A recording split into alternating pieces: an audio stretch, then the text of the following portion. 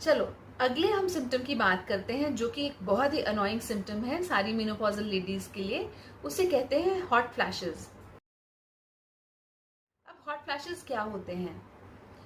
जब पूरी बॉडी एकदम से पानी से भीग जाती है और खूब सा पसीना एकदम से छूटता है, तो उसे हॉट फ्लैशेस कहते हैं।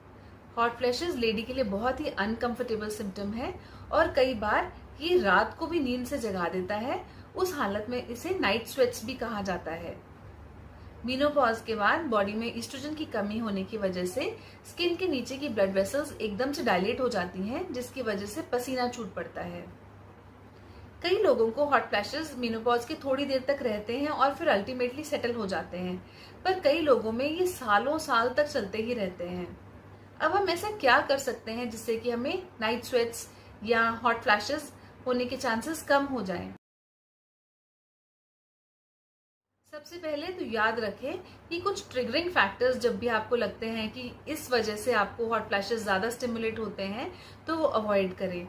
जैसे कि हॉट एंड स्पाइसी फूड खाना, कोई पर्टिकुलर दवाई के साथ अगर आपको लगता है तो आप उनको अवॉइड करें। आप लूज कूल कपड़े पहन के रखें और कभी आपको लगे कि हॉट फ्लैशेस शुरू होने वाले हैं तो कुछ ठंडा मीठा सिप सिप करके लें। फिजिकल एक्सरसाइजेस के अलावा मेडिटेशन और योगा और प्राणायाम जैसी ब्रीदिंग एक्सरसाइजेस भी आपको हॉट फ्लैशेस से हेल्प देती हैं।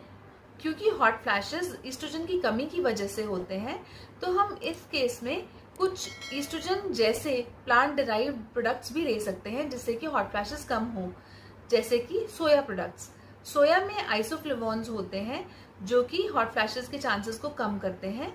सोया का हम दूध ले सकते हैं, सोया का पनीर, सोया का आटा, और सोया को मल्टीपल अदर फॉर्म्स में हम यूज कर सकते हैं। जैसे अपने आटे में सोया का आटा मिक्स कर लेते हैं, तो इन चीजों से भी हॉट फ्लैशेस होने के चांसेस कम हो जाते हैं। इसके अलावा विटामिन ई को भी हेल्पफुल समझा जाता है हॉट फ्लैशेस कंट्रोल करने के लिए। चलिए अब बात करते हैं कि स्किन में और हमारे म्यूकस सर्फेसेस में क्या चेंजेस आते हैं। स्किन पतली होने लगती है, डिहाइड्रेट होने लगती है, तो स्किन केयर रूटीन का बहुत ध्यान रखें। अपनी स्किन को हमेशा मॉइस्चराइज्ड रखें।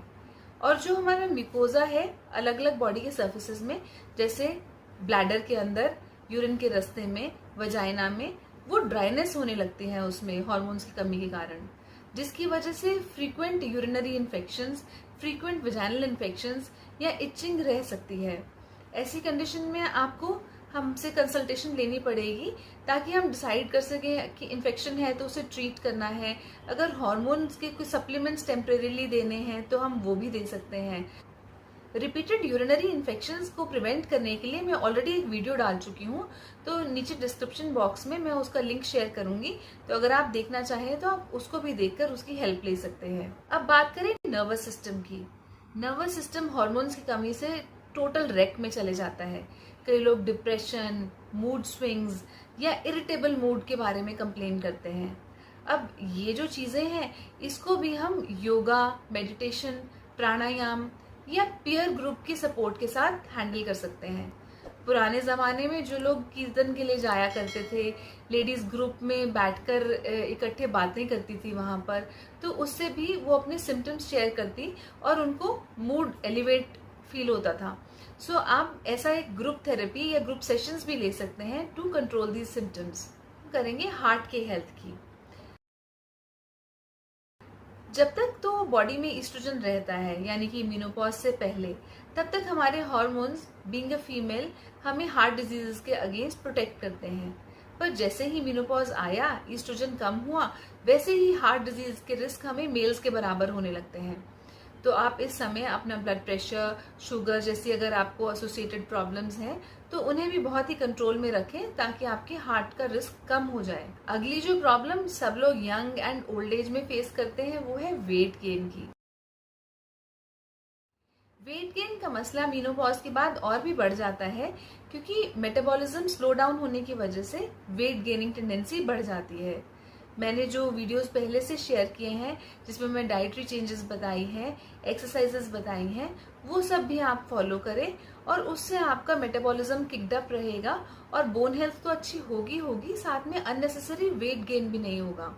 मैं प्रॉमिस करती हूँ कि अगर आप अच्छे से वीडियोस को फॉलो करेंगे तो आप कभी भी ये नहीं देखेंगे कि आपका सडन इतना वेट गेन हो गया। आई होप आपने ये वीडियो एंजॉय किया होगा।